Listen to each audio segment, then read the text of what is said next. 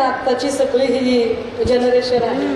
म्हणजे जरा जरी केस पांढरे झाले तरी लोक वेगवेगळे कलर डाय करून लोक केस काळे करतात.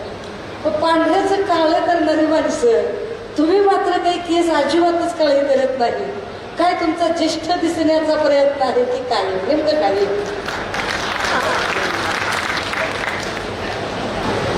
काय झालंय आत्ताच्या काळामध्ये काळ्या गोष्टीची खूपच जास्त चर्चा होते. त्याच्यात भ्रष्टाचार सुद्धा काळाच असतो. खरं तर काळ्या बाहुल्या सुद्धा चालतायत मार्केट. काळ्या बाहुल्या सुद्धा मार्केटमध्ये आल्या. तेच म्हणलो ना, काळ्याची चर्चा खूपच जास्त चालली आणि काळ्या बाहुल्याने बरंच काय, आणि त्याला लालची साथ, लाल रंगाची साथ. अरे वा. खरं तर हा प्रश्न तुम्ही जो विचारला, माझी मुलं आणि माझी पत्नी रोज मला हा प्रश्न विचारतात, केस काळे कधी करतात. मी त्यांना एवढंच सांगतो की मी जसा आहे तसा आहे, ओरिजिनल रंग आहे, ओरिजिनल माणूस आहे आणि तो तसाच राहणार, एवढंच त्यांना त्या ठिकाणी सांगतो. त्यामुळे जसा आहे तसा आहे, जास्त मी टेन्शन घेत नाही. कदाचित राजकारणामध्ये स्ट्रेस जास्त असल्यामुळे जरा पटपट पांढरी व्हायला लागली. पण पांढरं म्हणजे अनुभव.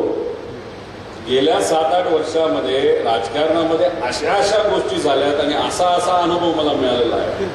बघा, 2019ला आमदार झालो, पूर्वी प्लेगची साथ असायची तशी कोविडची साथ बघितली, सत्ता बघितली, विरोध बघितला, एक मोठा पक्ष फुटताना बघितला, तो फुटला की फुटला, आमचा पक्ष फुटला, परिवार फुटला, परिवारामध्ये पहिल्यांदाच खासदारकी एकामेकाच्या विरोधात होताना बघितली, मग आमदारकी बघितली, मग नंतर कुठंतरी परिवार एकत्रित येतो असं वाटायला.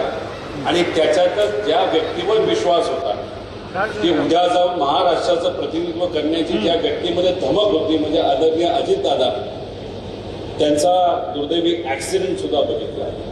परिवारातून एक कर्ता व्यक्ती आणि मोठा नेता गेल्यानंतर परिवारावर काय अडचण होती हे सुद्धा बघितलं. म्हणजे गेल्या 7-8 वर्षामध्ये अनेक गोष्टी बघितल्यामुळे कदाचित तो स्ट्रेस असेल, नाही तर तो अनुभव असेल, याच्यामुळे ते केस पांढरे झाले. पण या पांढऱ्या केसाची शपथ एक तर दादांना न्याय दिल्याशिवाय राहणार नाही.